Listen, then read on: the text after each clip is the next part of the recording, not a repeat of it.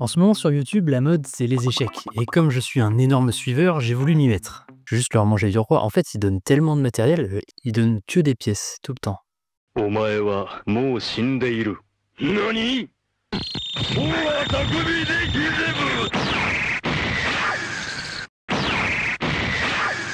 ぶ。 Ouais, clairement je suis pas bon. Mais moi mon truc c'est pas les échecs, c'est la cybersécurité et le hacking. Et un jour, alors que j'étais en train de travailler mon gambit-dame, j'ai eu une révélation. Ok, j'étais en train de jouer aux échecs là et je viens de me rendre compte d'un truc. En fait, les échecs c'est juste de la donnée. Cette phrase, elle a l'air de rien mais elle implique beaucoup. Elle implique par exemple que la partie que vous êtes en train de regarder actuellement, elle signifie littéralement « abonnez-vous ». Et c'est pas une blague. Laissez-moi vous expliquer. Quand on regarde un échiquier dans son état initial, on a plein de possibilités de coups. Je peux avancer mon pion ou sortir mon cheval. Si on compte, il y a exactement 20 possibilités. Je peux avancer mon pion d'une case, ce qui fait 8 coups puisqu'il y a 8 pions. Mais je peux aussi l'avancer de 2 cases, ce qui fait 8 coups supplémentaires. Et pour chaque cheval, je peux le déplacer soit ici, soit là, ce qui fait 2 coups par cheval. On a donc 8 plus 4, ce qui fait 20 coups possibles. Et après mon premier coup, l'autre joueur il a aussi 20 coups possibles, mais bien sûr, le nombre de coups possibles évolue au fur et à mesure de la partie. Par exemple, après avoir joué ces 2 coups-là, j'ai plus que 19 coups possibles. Mais cette notion de possibilité de coups, ça vous fait pas penser à quelque chose? Moi, ça m'a fait penser à l'encodage dans différentes bases. Pourquoi, vous allez me dire? En base 2, on n'a que 2 symboles possibles, le 0 et le 1.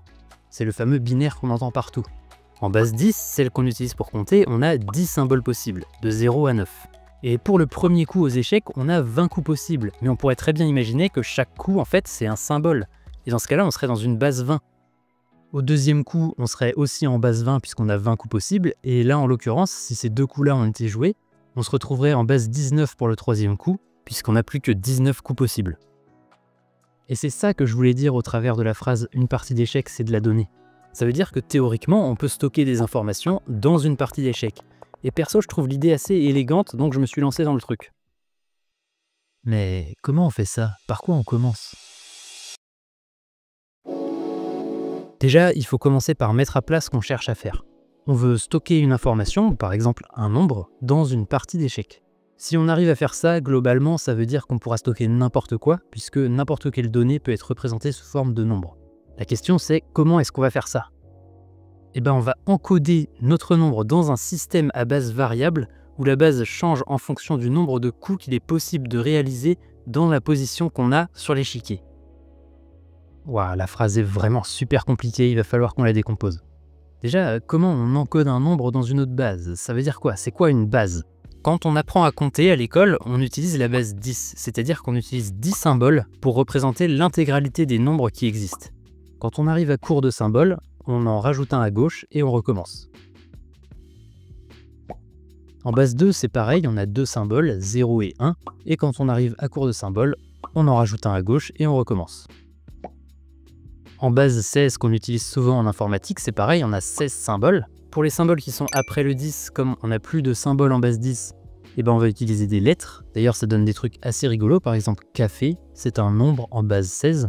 Mais c'est pas le sujet, quand on n'a plus de symboles, c'est pareil, on en rajoute un à gauche, ça fonctionne toujours pareil pour n'importe quelle base. Maintenant que vous avez compris comment on représente un nombre dans une base, comment est-ce qu'on fait pour passer d'une base à l'autre? Par exemple, si j'ai le nombre 107 en base 10, comment est-ce que je fais pour passer en base 16?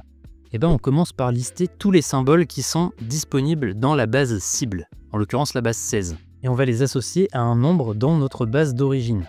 Ça permet de savoir à quel symbole correspond quel nombre dans la base cible. Alors ça fonctionne bien pour les chiffres de 0 à 9.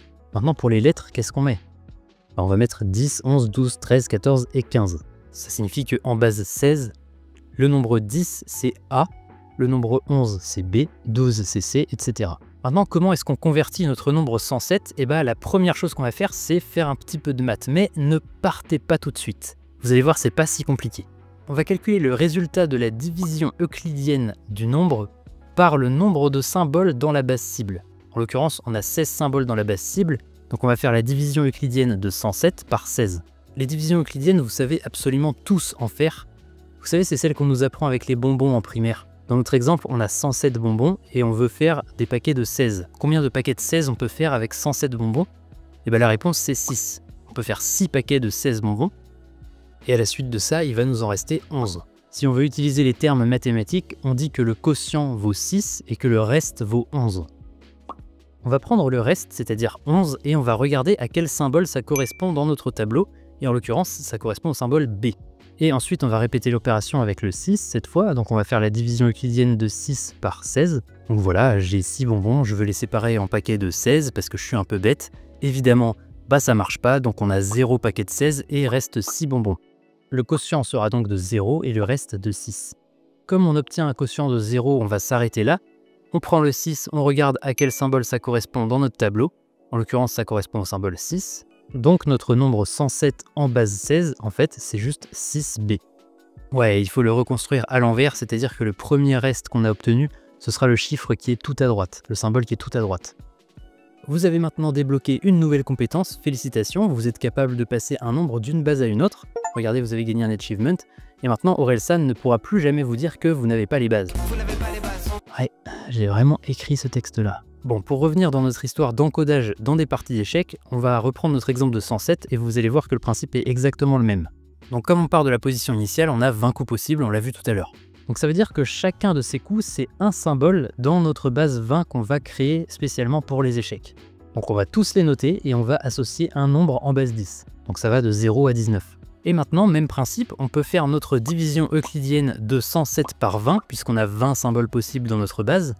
Et ça va nous donner 5 reste 7. Si on a 107 bonbons et qu'on veut faire des paquets de 20, on pourra faire 5 paquets et il nous restera 7 bonbons. Donc notre premier coup pour encoder 107, c'est le 7e. Ensuite on est au deuxième coup et là on a un peu de chance parce qu'on a encore une base 20. Mais ça pourrait être une base 19, une base 64, une base 120, ce serait pareil. On note tous les coups possibles, on leur associe un nombre en base 10. Et on fait notre division euclidienne de 5, puisque le quotient de l'étape d'avant c'était 5, par 20. 5 divisé par 20, ça fait 0, reste 5. Donc on prendra le 5e coup et notre quotient vaut 0, donc on s'arrête. Et voilà, ces deux coups représentent le nombre 107 dans une partie d'échecs. On vient de stocker le nombre 107 dans des coups d'échecs. Maintenant on va essayer de faire l'inverse, c'est-à-dire qu'on va partir de cette partie d'échecs et on va essayer de retrouver le nombre 107. Pour ça, on va partir de la position finale et on sait qu'à cet endroit, le quotient il vaut 0. Donc on va écrire 0. Forcément, aucun coup n'a été joué à partir de cette position puisque c'est la position finale. Donc on va revenir juste au coup d'avant, voilà, depuis cette position. Et on va lister pareil nos coups possibles. Et on sait que le coup qui a été choisi, c'est celui-ci, le 5e. Donc on va prendre notre 0 qui est notre quotient. On va le multiplier par 20 qui est le nombre de coups possibles à cette position. 0 fois 20, ça fait 0. Et on va ajouter 5, puisqu'on a pris le 5e coup.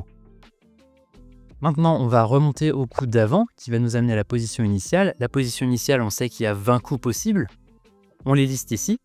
On sait que le coup qui a été joué, c'est le 7. Donc on va faire 5 multiplié par notre nombre de coups possibles, en l'occurrence 20. Donc 5 fois 20, ça fait 100, plus 7, puisque c'est le 7e coup qui a été choisi. Ça nous donne 107. On a retrouvé notre nombre à partir de la partie d'échecs. Et voilà, c'est pas plus compliqué que ça. En l'occurrence, on avait 2 fois la base 20, mais on aurait pu avoir une toute autre base. L'important, c'est de multiplier ou de diviser par la base en cours. Et ça, évidemment, on la connaît puisque, en fonction d'une position, on est capable de déterminer tous les coups possibles. Et que la base, c'est le nombre de coups possibles. Donc ce que je vous propose, c'est d'écrire rapidement un algorithme qui permet de faire tout ça pour nous automatiquement. Déjà, avec la bibliothèque Python Chess, on va grandement se simplifier la vie. On va créer une partie d'échecs de cette façon-là. Et on va se faire une fonction getPossibleMoves qui va simplement retourner les coups qui sont possibles de jouer dans notre position. Le problème, c'est que cette fonction, elle renvoie une liste qui est ordonnée d'une façon que j'ai pas compris personnellement. Et c'est important de l'ordonner correctement parce qu'on ne sait jamais. Imaginons que l'année prochaine, Python Chess décide de changer la manière dont il ordonne cette liste-là. Et bien ça va casser absolument tout notre algorithme puisqu'on n'aura plus la même association entre notre liste de coups et notre base 10. Donc je vais changer un peu le code pour que ce soit dans l'ordre alphabétique. On va pouvoir s'attaquer à la fonction encode qui va permettre d'encoder du texte dans une partie d'échecs.